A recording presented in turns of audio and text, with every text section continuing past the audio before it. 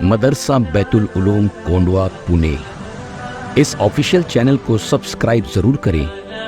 یاد رکھیے، اس سے کسی ایک شخص کو نہیں، پورے مدرسے کو فائدہ ہوگا اور آپ کو اجر عظیم عطا ہوگا۔ وَلَقَدْ جَاءَتْ رُسُلُنَا إِبْرَاهِيمَ بِالْبُشْرَىٰ قَالُوا سَلَامًا قَالَ سَلَامٌ فَمَا لَبِثَ أَن جَاءَ بِعِجْلٍ حَنِيذٍ فَلَمَّا رَأَىٰ أَيْدِيَهُمْ لَا تَصِلُ إِلَيْهِ نَكِرَهُمْ وَأَوْجَسَ مِنْهُمْ خِيفَةً قَالُوا لَا تَخَفْ إِنَّا أُرْسِلْنَا إِلَىٰ قَوْمِ لُوطٍ وَامْرَأَتُهُ قَائِمَةٌ فَضَحِكَتْ فَبَشَّرْنَاهَا بِإِسْحَاقَ وَمِن وَرَاءِ إِسْحَاقَ يَعْقُوبَ قالت يا ويلتى أألد وأنا عجوز وهذا بعلي شيخا إن هذا لشيء عجيب قالوا أتعجبين من أمر الله رحمة الله وبركاته عليكم أهل البيت إنه حميد مجيد۔ ہمارے بھیجے ہوئے فرشتے آئے ابراہیم علیہ السلام کے پاس خوشخبری لے کر اور سلام کیا۔ انہوں نے بھی کہا سلام، اور پھر فوراً انہوں نے میزبانی میں ایک تلا ہوا بچڑا پیش کر دیا گائے کا، اور جب دیکھا کہ وہ ہاتھ بڑھا کر کھاتے نہیں ہیں تو ان کو اجنبیت محسوس ہوئی، کھٹک پیدا ہوئی اور ان سے ڈر پیدا ہوا، تو انہوں نے یوں عرض کیا آپ ڈریں نہیں، ہم قوم لوط کی طرف بھیجے گئے ہیں۔ اور ان کی بیوی اندر کھڑی ہوئی سن رہی تھی پردے سے، وہ ہنس پڑی۔ اللہ فرماتے ہیں ہم نے ابراہیم کو اسحاق اور اسحاق کے بعد یعقوب ان کے بیٹے ہوں گے یہ خوشخبری سنائی، تو ان کی بیوی کہنے لگی یا ویلتا، اے خرابی، کیا میں بچہ جنوں گی، وَأَنَا عَجُوز، حالانکہ میں بوڑھی ہوں، وَهَذَا بَعْلِي شَيْخًا، اور یہ میرے شوہر بھی بوڑھے ہو گئے ہیں، ہم کو کیسے بچہ ہوگا؟ یہ تو بڑی عجیب بات ہے۔ تو فرشتوں نے کہا اتعجبین من امر اللہ، تم تعجب اللہ کے حکم سے کر رہی ہو؟ اللہ کا معاملہ ہے یہ، اللہ کی رحمت ہے، اللہ کی برکت ہے تم پر۔ اے اہل بیت، بے شک وہ تعریف کیا گیا بڑائی والا ہے۔ تو یہ تھا اس کا ترجمے کا خلاصہ۔ ان پہ 5 آیتوں میں حضرت خلیل اللہ ابراہیم کا ایک واقعہ مذکور ہے کہ اللہ تعالیٰ نے چند فرشتوں کو ان کے پاس اولاد کی بشارت دینے کے لیے بھیجا۔ 100 کے قریب عمر تھی اور اولاد نہیں ہوئی تھی ابراہیم علیہ السلام کو اور ان کی بیوی کو، اور 100 کی عمر 950 سال کی عمر کے مقابلے میں ایسا لگتا ہے بہت کم ہے، لیکن یہ بات صاف ہے، قرآن بتا رہا ہے کہ بڑھاپے کو پہنچ گئے تھے، اور بڑھاپے میں اولاد نہیں ہوتی، بڑھاپے میں۔ تو اب بشارت بھیجی کہ اب ہم تم کو اولاد دیں گے۔ معلوم ہوا کوئی گھبرانے کی بات نہیں، اگر اولاد نہ ہو تو لوگ بہت گھبرا جاتے ہیں اور اپنے کو منحوس سمجھتے ہیں اور بہت ہی بدقسمت سمجھتے ہیں، نت نئے طریقے اختیار کرتے ہیں۔ تو سن لو کہ اللہ کے رسول خاتم الانبیاء حضرت محمد مصطفیٰ صلی اللہ علیہ وسلم کو بھی نرینہ اولاد پیدا ہو کر باقی نہیں رہی۔ سمجھ میں آیا؟ تو یہ کوئی بہت بڑا پرابلم نہیں ہے، اللہ تعالیٰ کو معلوم ہے کس کو دینا کس کو نہیں، کس کو لڑکا کس کو لڑکی، کس کو کب دینا، باقی رکھنا یا واپس لینا، سب اس کو معلوم ہے۔ اب دیکھو اتنے جلیل القدر نبی ہیں، اور اس نبی کی اولاد میں یعقوب علیہ السلام کی اولاد میں 1,24,000 انبیاء پیدا کر رہا ہے، لیکن ان کو اولاد لیٹ دے رہا ہے، سمجھے نہیں؟ حضرت سارہ سے کوئی اولاد نہ تھی اور ان کو اولاد کی تمنا تھی، مگر دونوں کا بڑھاپا تھا، کوئی امید بھی نہ تھی۔ فرشتوں نے خوشخبری سنائی کہ آپ کو ایک نر اولاد دیں گے، نام بھی رکھ دیا اسحاق۔ کیا نام ہوگا؟ اور پھر یہ بھی بتلا دیا کہ اسحاق کے بعد اسحاق کو ایک بیٹا دیں گے یعقوب، یعقوب ہی کا دوسرا نام اسرائیل، اور جو 12 بیٹے ہوئے ان میں یوسف اور یہودا بھی تھا، وہ بنی اسرائیل کہلائے، وہ یعقوب کی اولاد ہے، انہی میں سے سب انبیاء پیدا ہوئے۔ انسان کی شکل میں آئے تھے یہ، اس لیے انہوں نے ان کو پہچانا نہیں، اور عام انسان جب آتے ہیں تو ان کی میزبانی کرتے ہیں، تو انہوں نے تلا ہوا بچڑا لا کے رکھ دیا کہ کھاؤ، لیکن یہ تو فرشتے تھے جو کھانا پینا نہیں جانتے، اس لیے انہوں نے ہاتھ نہیں بڑھایا، اور بعض روایتوں میں ہے کہ انہوں نے جو نیزے ان کے ہاتھ میں تھے وہ چبھانا شروع کیے کھانے کے بجائے، تو اس عمل سے ان کو ذرا تشویش ہوئی۔ حضرت ابراہیم علیہ السلام کی بیوی حضرت سارہ پردے میں تھی، وہ ہنس پڑی ان کی باتوں سے کہ اولاد دیں گے، کہنے لگے میں بھی بوڑھی اور یہ بھی بوڑھے ہو گئے ہیں، اب اولاد کیسے ہوگی؟ یہ ہے دنیا کا تجربہ، میں نے اس سے پہلے اس پہ روشنی ڈالی، یہ ہے دنیا کا تجربہ، اور تجربات کے جھٹلانے کا نام ایمان ہے۔ اللہ کے حکم کو ماننا اور دنیا کے تجربے کو کیا کر دینا؟ کانوں سنے کو، آنکھوں دیکھے کو جھٹلا دینا۔ دنیا کیا بولتی ہے اس کو جھٹلا دینا۔ ہوگی اولاد تو ہوگی، یہی ہے ایمان۔ تجربات کو جب تک نہیں جھٹلائیں گے اللہ کی تصدیق نہیں ہوگی، ایمان پورا نہیں ہوگا۔ اسی لیے انہوں نے بھی جواب صاف دیا، ہم تھوڑی دے رہے ہیں اولاد، اتعجبین من امر اللہ، اللہ کے حکم سے تم کو تعجب ہوتا ہے؟ جب اس نے چاہا ہے تو وہ دے کر رہے گا۔ وہ پھر عمر نہیں دیکھتا، وہ ماں نہیں دیکھتا۔ بغیر ماں کے کس کو پیدا کیا؟ حضرت عیسیٰ، حضرت حوا کو، اور بغیر باپ کے کس کو پیدا کیا؟ اور بغیر ماں باپ کے آدم کو۔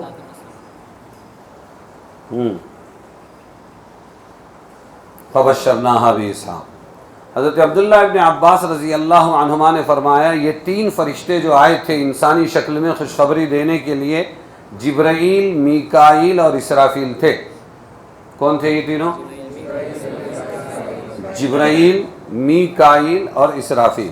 انہوں نے بشکل انسانی آ کر ابراہیم علیہ السلام کو سلام کیا، اور ابراہیم علیہ السلام نے سلام کا جواب سلام سے دیا۔ حضرت ابراہیم پہلے وہ انسان ہیں جنہوں نے دنیا میں مہمان نوازی کی رسم جاری کی۔ کس نے؟ مہمان نوازی کی رسم حضرت ابراہیم نے جاری کی۔ یہ قرطبی نے کہا ہے ان کا معمول یہ تھا، کبھی تنہا کھانا نہ کھاتے تھے، بلکہ ہر کھانے کے وقت تلاش کرتے تھے کوئی مہمان آ جائے تو اس کے ساتھ کھانا کھائیں۔ حدیث پاک کا مفہوم ہے کیا؟ ہر کھانے کا حساب ہے، لیکن جو کھانا مہمان کے لیے بنایا جائے اس نیت سے کہ مہمان آ جائے گا تو آئے یا نہ آئے، مہمان کھائے یا نہ کھائے، اس کا حساب نہیں ہوگا، تو اپنا کھانا فری، سمجھے کہ نہیں؟ وَأَنَّ ثُمَّ لَتُسْأَلُنَّ يَوْمَئِذٍ عَنِ النَّعِيمِ، ہر نعمت کے بارے میں اللہ پوچھے گا۔ بعض اسرائیلی روایات ہے۔ اسرائیلی روایت کس کو کہتے ہیں؟ یہ جو یہود و نصارہ اسرائیلی، بنی اسرائیل کے وہ نبیوں کی امتیں تھیں، وہ ایسی باتیں بیان کرتے تھے جیسے کہ آج کل دیو مالائی کہانیاں ہمارے بھارت میں ہوتی ہیں، سمجھ میں آیا؟ تو ویسی ہی ان کی بھی کچھ روایتیں تھیں۔ جو شریعت سے نہیں ٹکرائے گی ہم وہ لے لیں گے، جو شریعت سے ٹکرائے اس کو چھوڑ دیں گے۔ تو اسرائیلی روایات میں ایک قصہ لکھا، ابراہیم علیہ السلام نے مہمان تلاش کیا، ایک اجنبی آدمی ملا، کھانے پر بیٹھا تو حضرت ابراہیم نے فرمایا پڑھ بسم اللہ۔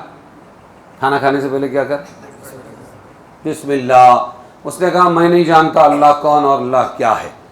ابراہیم علیہ السلام نے اس کو دسترخوان سے اٹھا دیا۔ جب وہ باہر چلا گیا تو جبرائیل امین نے کہا اللہ فرماتے ہیں، اللہ کیا فرماتے سنو، ہم نے تو اس کے کفر کے باوجود ساری عمر اس کو رزق دیا، اور آپ نے ایک لقمہ دینے میں بھی بخل کیا نہیں، لیا، ہمارا نام نہیں لیتا، ہم نے سب کو پالنے کی ذمہ داری لی ہے، کھلا دیتے۔ یہ سنتے ہی ابراہیم علیہ السلام اس کے پیچھے دوڑے، اس کو واپس بلایا۔ اس نے کہا جب تک آپ اس کی وجہ نہ بتلائیں، مجھے کیوں نکالا پھر کیوں بلایا، اس وقت تک آپ کے سامنے سے نہ جاؤں گا۔ حضرت ابراہیم علیہ السلام نے واقعہ بتلا دیا، یہی واقعہ اس کے مسلمان ہونے کا سبب بن گیا۔ اچھا وہ اللہ ایسا ہے، اتنی قدر کرتا ہے، میں اس کا نام لوں گا۔ اس نے کہا وہ رب جس نے یہ حکم بھیجا بڑا کریم ہے، میں اس پر ایمان لاتا ہوں۔ پھر حضرت ابراہیم کے ساتھ گیا، مومن ہو کر باقاعدہ بسم اللہ پڑھ کر کھانا کھایا۔ تو یہ مہمان نواز تھے۔ ابراہیم علیہ السلام نے اپنی عادت مہمان نوازی کے مطابق بشکل انسانی آنے والے فرشتوں کو انسان سمجھ کر بچھڑا پیش کر دیا، لیکن جب انہوں نے نہیں کھایا تو شک ہوا۔ پھر اس کے بعد جب انہوں نے پوچھا تو انہوں نے بتایا ہم فرشتے ہیں، کھانا پینا یہ سب ہمارا کام نہیں ہے، بھوکی نہیں لگتی ان کو جی. اور ہم کو ایک کام کے لیے بھیجا گیا، خوشخبری تو یہاں دے دی ان کی اولاد کی، لیکن اصل کام یہ نہیں تھا، اصل تھا قوم لوط کو ہلاک و برباد کرنا. ایک بات اس آیت سے یہ بھی سمجھ میں آئی کہ مسلمانوں کو ملاقات کے وقت میں سلام کرنا مسنون ہے. کیا دیا گیا ہے؟ ہاں، welcome, good morning, good afternoon, good night, یہ سب نہیں. مسلمان کیا کہیں گے؟ سلام.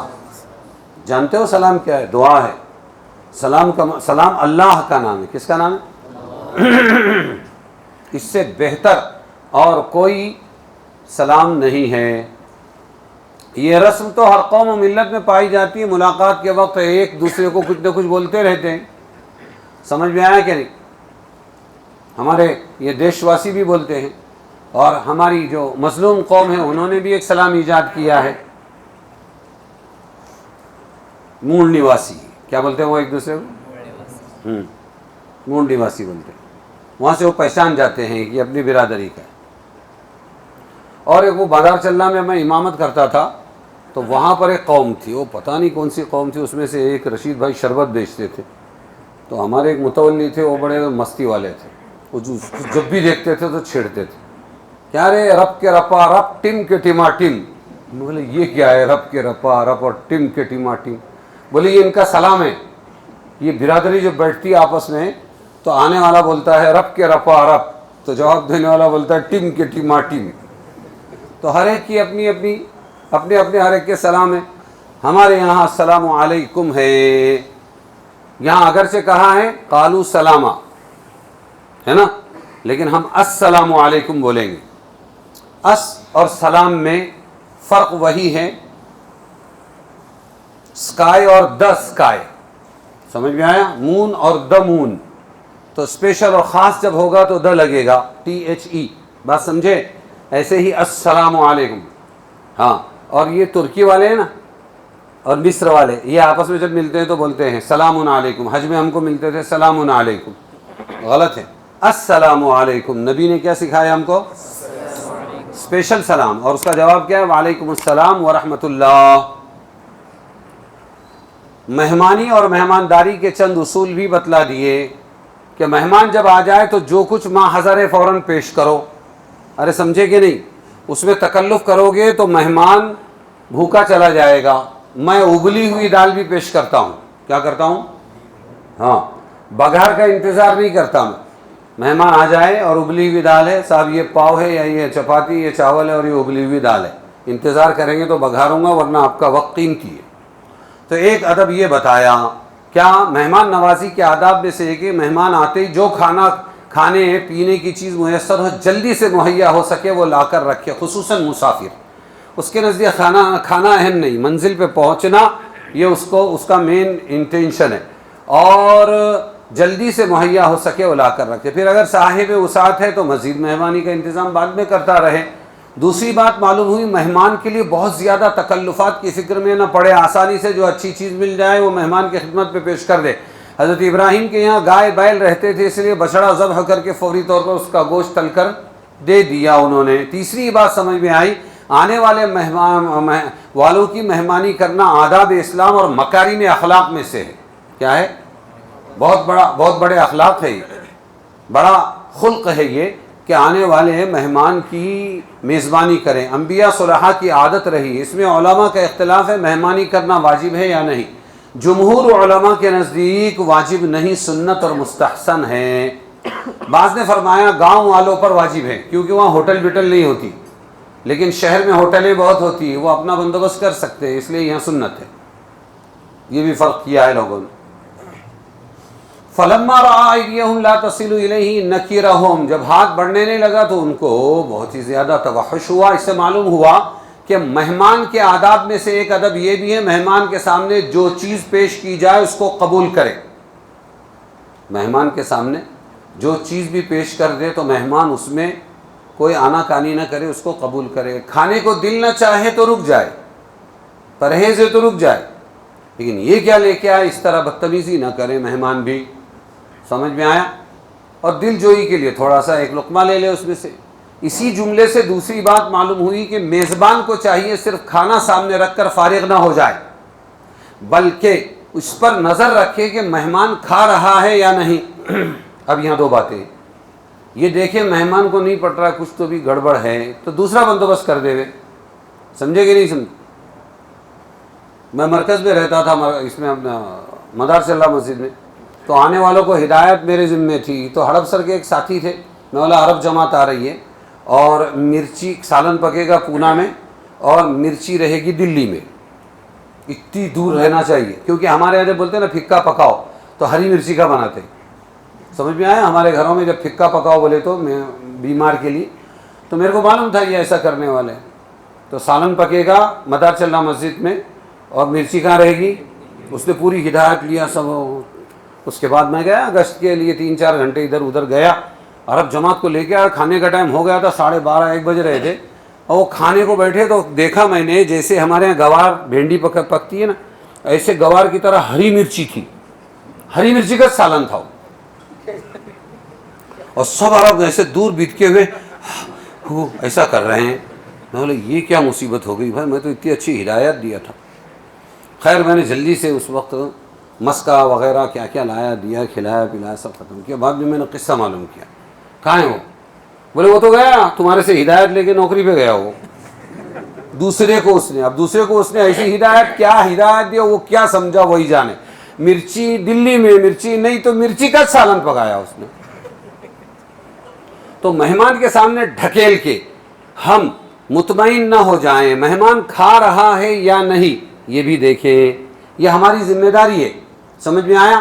جیسا ابراہیم علیہ السلام نے کیا کہ فرشتوں کے کھانا نہ کھانے کو محسوس کیا، مگر یہ دوسرا پوائنٹ ہے، ایسا دیکھتے بیٹھے اس کو، جس کو بولتے نوالے گننا، وہ ایسا نہ دیکھے۔ نوالے گننا الگ چیز ہے، ایک باپ رے تبڑا بڑھ گیا، تو ویسا نہ دیکھے۔ ہاں پیار بھری نظر میں اپنا بچہ کھا رہا کہ نہیں کھا رہا، یہ نہیں تو بیٹا یہ کھا، وہ نظر سے دیکھے، تنقیدی نظر سے، سمجھ میں آیا؟ نہ دیکھے، کیوں؟ بھیانک قصے ہو جاتے ہیں، ایکسیڈنٹ ہو جاتے ہیں، سرسری نظر سے دیکھ لے، کیونکہ مہمان کے لقموں کو دیکھنا آداب ضیافت کے خلاف اور مدعو کے لیے باعث شرمندگی ہوتا ہے۔ ہشام ابن عبد الملک کے دسترخوان پر، بادشاہ تھا ہشام ابن عبد الملک اموی، بادشاہ تھا بڑا جلیل القدر، اس کے دسترخوان پر ایک روز ایک اعرابی دیہاتی عرب وہ کھانا کھا رہا تھا۔ یہ واقعہ پیش آیا کہ اعرابی کے لقمے میں بال تھا، اعرابی کے لقمے میں کیا تھا؟ اور اس نے بادشاہ نے اتنا دیکھو وسیع الخلق کہ اس نے دیکھا وہ بال، امیر المؤمنین ہشام نے دیکھا تو بتلایا کہ آپ کے لقمے میں بال ہے۔ بادشاہ بول رہا ہے، اعرابی دیہاتی فوراً اٹھ کھڑا ہوا اور کہنے لگا ہم ایسے شخص کے پاس کھانا نہیں کھاتے جو ہمارے لقموں کو دیکھتا ہے، ہماری زبان میں جو ہمارے نوالے گنتا ہے۔ تو دیکھنے میں بھی فرق ہے۔ جیسے سفر کے آداب میں ایک یہ ہے، جب آپ کو ٹرین میں یا بس میں جگہ مل جائے تو اللہ کا شکر ادا کرے، دعا پڑھے، الحمدللہ پڑھے، اور پھر کیا کہے؟ سبحان اللہ پڑھے، سمجھ میں آیا؟ اور پھر کیا کہ آسمان کی طرف دیکھ کر مسکرائے۔ اب بیٹھا تیسری سیٹ پر ادھر اور دوسرا بازو میں، اور تیسری ایک عورت بیٹھی ہوئی ہے ادھر، یا کوئی آدمی ہی بیٹھا ہے اور یہ آسمان دیکھنے کی کوشش میں یوں مسکرا رہا ہے، تو بلے ہو جائیں گے کہ نہیں ہوں گے؟ تو شعور بھی کوئی چیز ہے، آسمان دیکھ رہا ہے بیچارہ اور مسکرا رہا ہے، اور وہ سامنے والا غلط فہمی کا شکار ہو رہا ہے، ایسا نہیں ہونا چاہیے۔ تو کہتے ہیں اس میں کیا ہو جائے گا کہ نیکی برباد گناہ لازم، جھگڑے ہو جائیں گے۔ تو کھانا کھلانا بھی ایک فن ہے، ادب کے ساتھ، احترام کے ساتھ، سمجھ میں آیا؟ نقل کرتے ہیں بہت سے لوگ۔ تو عربستان کے اندر یہ کیرالہ کا کوئی تو بھی تھا، وہ لوگ گئے 3 دن جماعت میں، تو سامنے والا کوئی لکھنوی ہوگا، اس نے بولا کھائیے، اپنا ہی گھر سمجھ کے کھائیے، بے حساب کھائیے، نڈر ہو کے کھائیے، خوب کھائیے۔ اس نے بولا اچھا میزبانی ایسی کرتے ہیں۔ وہ تھا کیرلا والا، کتنا بھی سدھرا تو کیسا سدھرے گا، کیسی بات کرے گا۔ اس نے بھی دعوت کیا ایک جماعت کو، بولے خوب کھاتا ہے، واقعات ہے یہ، ہاں خوب کھاتا ہے، اپنا گھر سمجھ کے کھاتا ہے، سماتا نہیں ہے وہ بیچارہ، کھایا ہوا بھی اس کا واپس آیا. اس لیے نقل راہن 10 من عقل باید، نقل کو بھی 10 من عقل لگتی ہے، نہیں تو پھر نہیں کرنا چاہیے نا. چوپ اپن جیسے ہے ویسے کیرلاوی بنگالوی کھائیے تو بس، کرے تو صحیح صحیح کرنا نا، ورنہ کھایا ہوا بھی نکل جائے گا. امام طبری نے اس جگہ نقل کیا ہے کہ اول جب فرشتوں نے کھانے سے انکار کیا تو یہ کہا تھا ہم مفت کا کھانا نہیں کھاتے، اگر آپ قیمت لے لیں گے تو کھائیں گے. تو حضرت ابراہیم نے جواب میں فرمایا ہاں اس کھانے کی یہ قیمت ہے، وہ ادا کر دو. وہ قیمت یہ ہے کہ شروع میں اللہ کا نام، آخر میں اس کی حمد بیان کرو. جبرائیل امین نے یہ سن کر اپنے ساتھیوں کو بتلایا کہ اللہ تعالیٰ نے یہ ابراہیم کو خلیل بنایا ہے، یہ اسی کے مستحق ہے. تو کھانے کی قیمت کیا بتلائی؟ شروع میں بسم اللہ اور بعد میں الحمدللہ. یہ کیا ہے کھانے کی قیمت؟ اللہ حساب نہیں لے گا. تو معلوم ہوا شروع میں بسم اللہ پڑھنا چاہیے. اگلی آیت 74 75 سے لے کر 82 83 تک. فلما ذهب عن ابراہیم الروع وجاءته البشرى يجادلنا في قوم لوط ان ابراہیم لحلیم اواه منیب یا ابراہیم اعرض عن هذا انه قد جاء امر ربك وانهم آتيهم عذاب غير مردود. ولما جاءت رسلنا لوطا سيء بهم وضاق بهم ذرعا وقال هذا يوم عصيب وجاءه قومه يهرعون إليه ومن قبل كانوا يعملون السيئات قال يا قوم هؤلاء بناتي هن طهر لكم فاتقوا الله ولا تخزوني في ضيفي أليس منكم رجل رشيد. قالوا لقد علمت ما لنا في بناتك من حق وإنك لتعلم ما نريد. قال لو أن لي بكم قوة أو آوي إلى ركن شديد. قالوا يا لوط إنا رسل ربك لن يصلوا إليك فأسر بأهلك بقطع من الليل ولا يلتفت منكم أحد إلا امرأتك إنه مصيبها ما أصابهم إن موعدهم الصبح أليس الصبح بقريب. فلما جاء أمرنا جعلنا عاليها سافلها وأمطرنا عليها حجارة من سجيل منضود مسومة عند ربك وما هي من الظالمين ببعيد.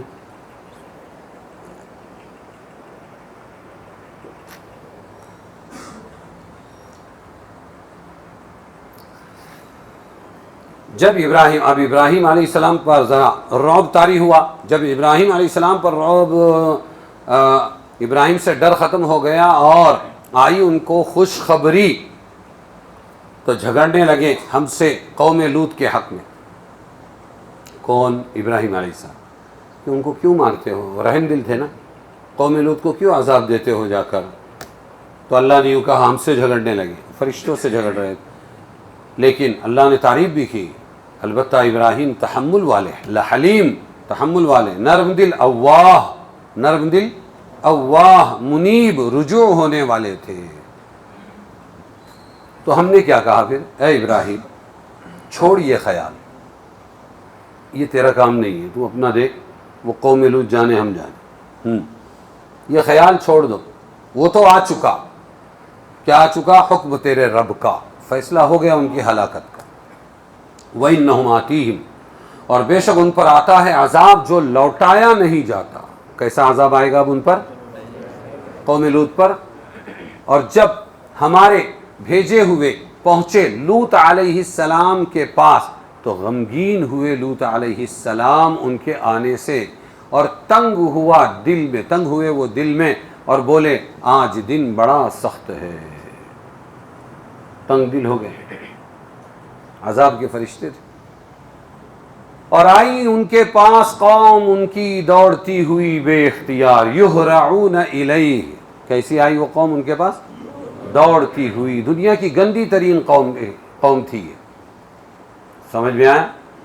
دوڑتی ہوئی آئی بے اختیار، اور آگے سے یعنی پہلے سے کر رہے تھے برے کام. یعملون السیئات، ہم جنس پرستی، مرد کے ساتھ خواہش اور شہوت پوری کرتے تھے یہ لوگ.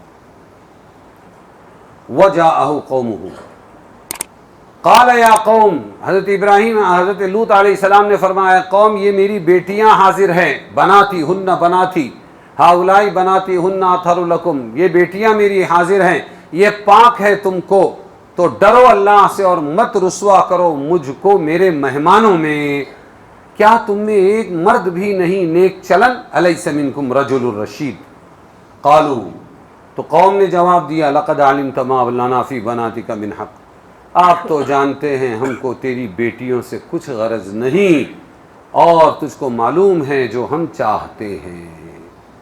کہنے لگے حضرت لوط علیہ السلام کاش مجھ کو تمہارے مقابلے میں زور ہوتا، لو ان لی بکم قوتا او آوی الی رکن شدید، یا جا بیٹھتا میں کسی مستحکم پناہ میں، یا تو طاقت ہوتی یا میں کسی مستحکم پناہ میں جا بیٹھتا۔ انہوں نے کہا، مہمانوں نے کہا ابھی، یا لوط، اے لوط، ہم بھیجے ہوئے ہیں آپ کے رب کے، ہرگز نہ پہنچ سکیں گے آپ تک یہ لوگ۔ اطمینان دلایا فرشتوں نے، آپ فکر نہ کریں، نہ آپ کو ستا سکتے ہیں یا نہ ہم کو ستا سکتے ہیں۔ پھر کیا کریں؟ فَأَسْرِ بِأَهْلِكَ، تو آپ لے کے نکل جائیے اپنے لوگوں کو کچھ رات سے، رات کے کچھ حصے میں آپ لے کر نکل جائیے، اور مڑ کر نہ دیکھے، وَلَا يَلْتَفِتْ مِنْكُمْ أَحَدٌ، اور تم میں سے کوئی، تمہارے گھر والوں فیملی والوں میں سے کوئی مڑ کر نہ دیکھے مگر آپ کی عورت، إِلَّا امْرَأَتَكَ، مگر آپ کی عورت، ہم ان کو نہیں بچائیں، اس کو نہیں بچائیں گے، إِنَّهُ مُصِيبُهَا مَا أَصَابَهُمْ، کہ اس کو پہنچ کر رہے گا وہ عذاب جو قوم کو پہنچنے والا ہے۔ إِنَّ مَوْعِدَهُمُ الصُّبْحُ، وہ رات کا کچھ حصہ کیا ہے؟ صبح کے وقت یہ عذاب آئے گا، ان کے وعدے کا وقت صبح ہے۔ الیس الصبح بقریب، کیا صبح نہیں ہے نزدیک؟ فلما جاء امرنا، پھر جب پہنچا حکم ہمارا، کر ڈالی ہم نے وہ بستی اوپر نیچے، عالیہا سافلہا، اوپر نیچے کر ڈالی ہم نے وہ بستی، اور برسائے ہم نے ان پر پتھر، امطرنا علیہا حجارہ من سجیل، کنگ کر کے پتھر ہم نے برسائے۔ وہ کیسے تھے؟ تہ بتہ، ایک کے اوپر ایک پتھر گر رہے تھے، مسومۃ عند ربک، نشان کیے ہوئے تیرے رب کے پاس، کہ اس پہ نشانات تھے۔ وما ہی من الظالمین ببعید، اور نہیں ہے وہ بستی ان ظالموں کے کچھ دور، یہ مکہ والوں سے کچھ دور نہیں ہے، نزدیک ہی عربستان ہی میں ہے۔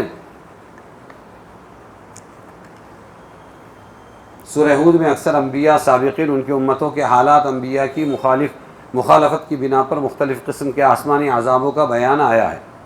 ان آیتوں میں لوط علیہ السلام، ان کے قوم کا حال اور قوم لوط پر عذاب شدید کا بیان ہے۔ دیکھو ہر قوم جو ماری گئی ہے وہ کافر مشرک تھی، ٹھیک ہے، ان کے کفر اور شرک کو بیان کر کے ہلاک کیا، لیکن قوم لوط کے بارے میں اور ایک بدکاری خاص طور سے بتائی کہ یہ کافر مشرک تو تھے ہی، بہت بڑے گناہ کے شکار تھے، اور وہ بڑا گناہ کون تھا؟ ہم جنس پرستی، جس گناہ سے جنگل کے جانور بھی نفرت کرتے ہیں۔ جس گناہ سے کون نفرت کرتے ہیں؟ جنگل کے جانور بھی نفرت کرتے ہیں۔ آپ دیکھو جانوروں میں یہ بیماری نہیں ہے نر پہ، اور اسی طرح نر سے اپنی خواہش پوری کرے، یہ نہیں ہے۔ تو جنگل کے جانور بھی نفرت کرتے ہیں کہ مرد کے ساتھ منہ کالا کرے، جس کا وبال و عذاب عام بدکاری سے بدرجہ زیادہ۔ اسی لیے اس قوم پر ایسا شدید عذاب آیا، عام بے حیائی بدکاری کرنے والوں پر کبھی نہیں آیا۔ لوط علیہ السلام کا واقعہ جو ان آیات میں مذکور ہے، اللہ تعالیٰ نے اپنے چند فرشتے، جن میں جبرائیل امین بھی شامل تھے، ان کو بھیجا عذاب نازل کرنے کے لیے۔ ابراہیم کے پاس سے ہوتے ہوئے وہ آئے، اور وہاں سے حضرت لوط علیہ السلام کا مقام 10-12 میل تھا۔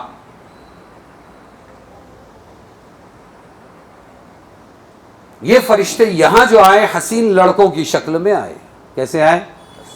حسین لڑکوں کی شکل میں بھیجے گئے، لوط علیہ السلام کے گھر پہنچے، تو اسی لیے وہ پریشان ہوئے، یہ مہمان میرے آئے ہیں خوبصورت جوانوں کی شکل میں، میری قوم بڑی خبیث ہے، آج میرے لیے بڑا بھاری دن۔ اگر مہمان بنایا جاتا ہے تو اپنی قوم کی خباثت مجھے معلوم ہے۔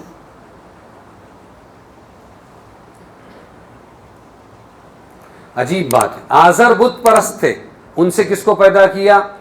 ابراہیم علیہ السلام ایمان والے، اور یہاں حضرت لوط ایمان والے ہیں، نبی ہے، اور ان کے گھر بھی ان کی بیوی کو کافرہ مشرکہ پیدا کیا، زندگی گزاری نبی کے ساتھ لیکن ایمان سے محروم۔ سمجھ میں آیا؟ گھر میں، ہمارے گھر میں چند خوبصورت جوان آئے، کس نے خبر دی ہے؟ بیوی نے، اور اس کا انجام بتا دیا گیا، قیل ادخل النار مع الداخلین، جہنم میں جاؤ، نبی کی بیوی ہے، جاؤ کفر و شرک کی وجہ سے جہنم میں جاؤ۔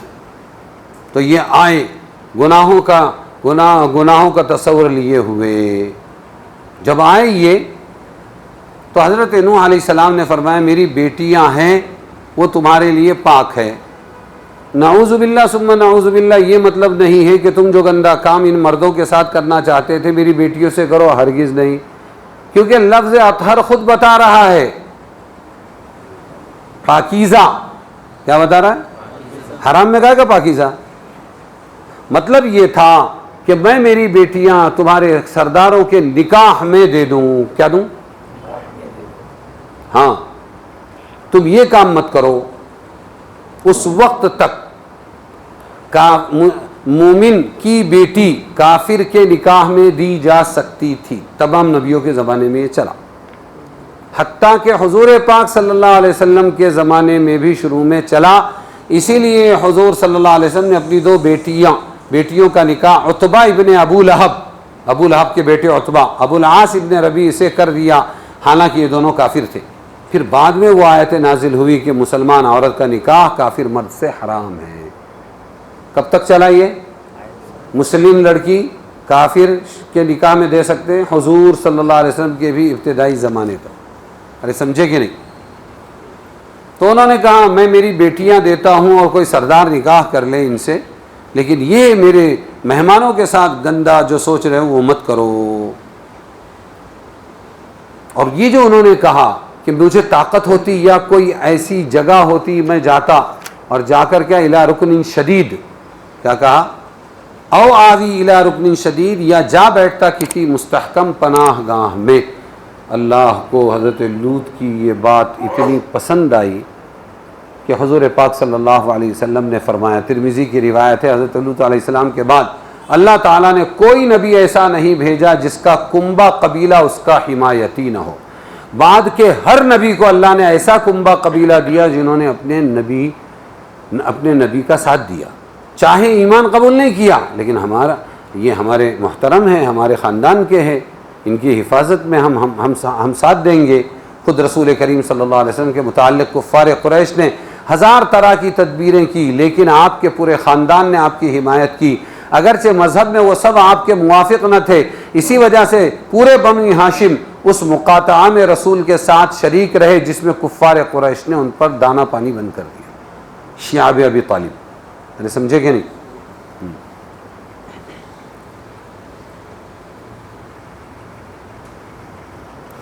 جب یہ قوم آئی تو حضرت جبرائیل نے اپنا ایک پر کھولا خالی اور ان کی طرف کیا، اندھے ہو گئے، قوم کیا ہو گئی؟